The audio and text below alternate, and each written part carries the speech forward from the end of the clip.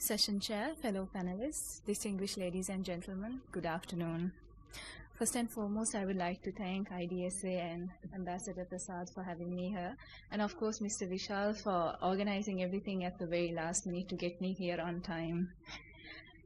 With that, I hope I will also add my contribution to the second to last session, and hope it will be a very fruitful one.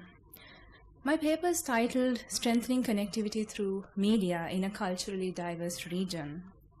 Ladies and gentlemen, South Asia is a region with a rich cultural heritage that is appreciated and valued by its people. The people also embrace the region's vast histories. The countries of this region have policies such as domestic, foreign, and trade that are reflective of the changing dynamics of today's world. Even though the countries initiate policies which are global in nature, they have not forgotten their cultural heritage and have made this an essential component of their identity. We must not forget that this region is also home to many sub-regions which boast of specific cultural and linguistic nuances. Therefore, the similarities and differences have to be acknowledged in a similar manner. This discussion is based on the premise that the role played by the media in this region is unique, as the media cannot operate without understanding and being conscious of this phenomena. The importance of this is in mitigating crises, as the emergence of a conflict will only lead a society and a region in reverse. This understanding is of extreme importance in a world that is well connected via new forms of media, such as social media, especially among the youth. Knowledge on other countries became extremely important with the increase in trade and commercial ties. This was further heightened by the advent of technology from the use of the internet in the early 90s to the increase in the use of social networking sites.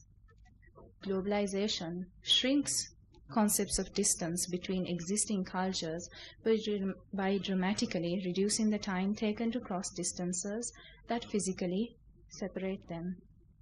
This results in the world appearing smaller and, in a certain sense, brings humans closer.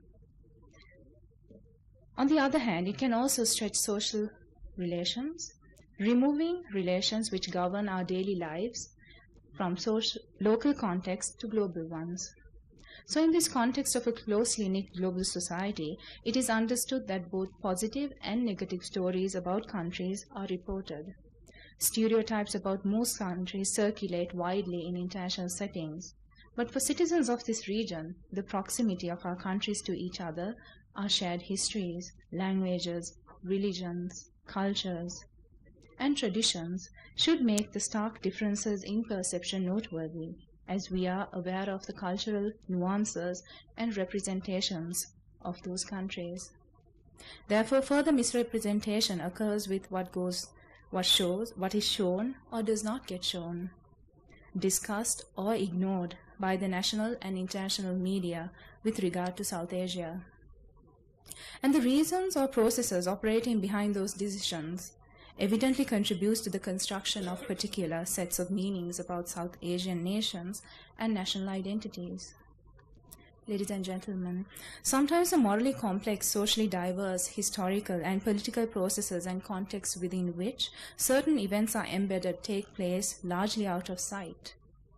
The history of the region comes to be read mainly or even solely through specific, ideologically dangerous and simplistic frame of internationally sensational events and the media discourses which surround them. One manifestation of this trend is the tendency to emphasize on religious differences, conflicts, and borders rather than on positive and negative civic solidarities and shared cultural trends. This is happening in a context where the media has become increasingly commercialized and simultaneously subject to state controls of various kinds. Quite a large number of national and international media are guilty of sensationalizing, exaggerating, or misreporting events from the South Asian region. Bombings, others are misrepresented. Some are either deliberately or unconsciously suppressed or ignored. This may be seen in the lack of debate about learning, media, and culture, and in misleading casual explanations about the relationship of media and media reception to politics in South Asia. Such reportage is detrimental to the overall well-being of the countries and the region in terms of peace, security, trade and commerce, and people-to-people contact. Social divisions, expansions, and contractions in democratic spaces are often first reflected in the media, which is a key site for the evolution of a public sphere. For much of the dominant media, the nationalist grid is the most commonly used view of the nation's complex, layered history, and this constructs the perspectives that delegitimize the various movements that seek to recognize territory or renegotiate power relations. The re-emergence of identity politics, especially religious and linguistics, is something that is common for most post-liberalization South Asian states. Overemphasis on these areas by the media assists politicians and interest groups to take these messages far and wide by publicizing them. Recently, Sri Lanka's Minister of Mass Media called upon corporate media owners in South Asia to stop promoting nationalistic reporting to make bigger profits, saying that such news coverages become part of the conflict that prevents the region from reaching its global potential. In this context, understanding how public discourse is molded, especially through the eyes of the media, is important in gauging how a given society works. This is because the media is reflective of the societies and their thought patterns. Thus, the question arises as to where the media draws its line between portraying everything that is there and sensationalizing others for their own gain.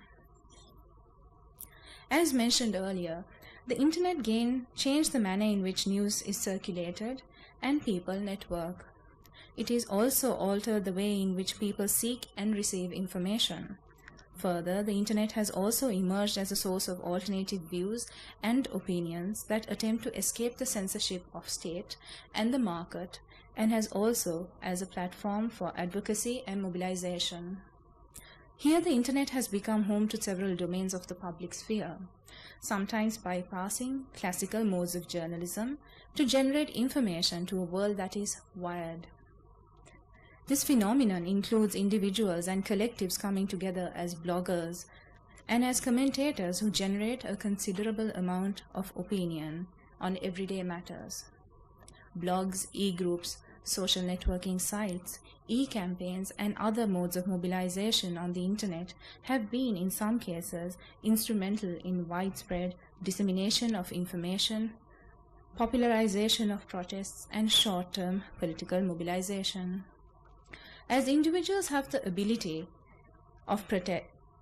to say something on the internet, there is no responsibility for their thoughts, comments, and messages being shared online. We are all aware that India and Pakistan have increased their efforts to monitor and evaluate the content presented online, but not all South Asian countries have such mechanisms in place to monitor the content that is presented. And this is interesting to note that countries are attempting to take steps in this direction, especially in keeping national security in mind. It is also interesting for our region to note that countries in Southeast Asia have implemented mechanisms to monitor and evaluate the content presented, and in certain instances have served justice. And two cases in point are the 2012 Amy Chong case and the 2016 Prima Delhi case, where they served justice for propagating wrongful messages and defaming people and organizations.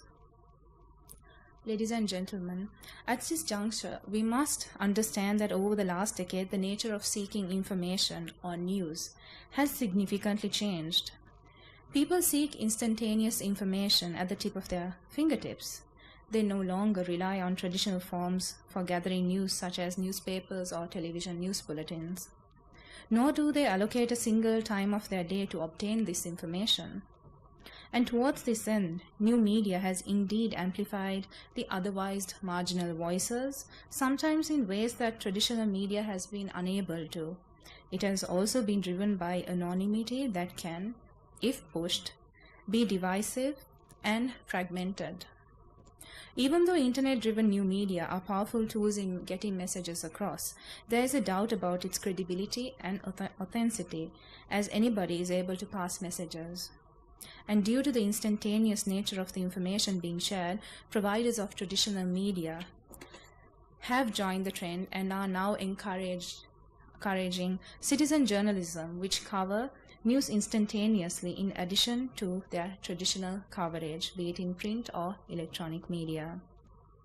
Ladies and gentlemen, in certain instances, global communication are synonymous with notions such as cultural imperialism, media imperialism, where global communications are viewed as vehicles which aim at controlling, invading, or undermining other cultures. The transmitted cultural or ideological pattern has often been seen as an invasion of Western values. The fact that Western media dominates and permeates through all channels, even within the South Asian region, leaves less room for interpretation that are regional or South Asian in nature, as a Western lens has already been applied to it. And this colored lens curtails interpretations which are understood by a culturally diverse region. This is further exacerbated by the media coverage distributed by the global media organizations which operate from within the South Asian countries. Journalists report and present events and situations through a largely Western lens. This has led to receiving countries often complaining of media imperialism, arguing that global mass media is having negative effects on the cultural and traditional values of their citizens. The idea is that cultural autonomy is undermined by imbalance in the flow of mass media content, and therefore its national identity in an age of globalization is in danger of being subverted. This unequal relationship in the flow of news increases the relative global power of large and wealthy news-producing countries and hinders the growth of an appropriate national identity and self-image. Therefore, having reporters, both local and foreign, who lack understanding of history and culture lead to the negative portrayal of our countries. In conclusion, initiatives such as South Asian Free Media Association need to be reinvigorated to bring media together by promoting networking among the media community, improve professional standards, facilitate journalists' exchanges, media trainings, and undertake joint media productions. Doing so will foster understanding and assist in dispelling doubts and misunderstandings. This will further enable cooperative journalism, which is pivotal in creating positive overviews. As much as it is important for SAFMA to bring journalists together, governments too should take plans to bring journalists together. Further, the private sector too should have their own initiatives to embark on projects of mutual interests. Thus, encouragement should be given for collaborative ventures among journalists and media houses to highlight common issues, alleviate misconceptions, and bring the people of South Asia together. This will also encourage more exchange of media personnel.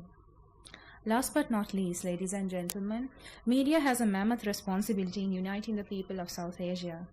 It can even play a large part in public diplomacy by assisting governments educate and inform their citizens and the global public at large, thus ultimately being able to influence governments too to be united in their thoughts and actions for the region.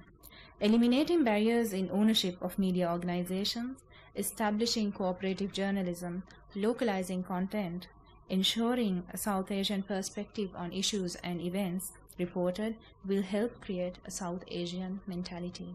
Thank you. Thank you.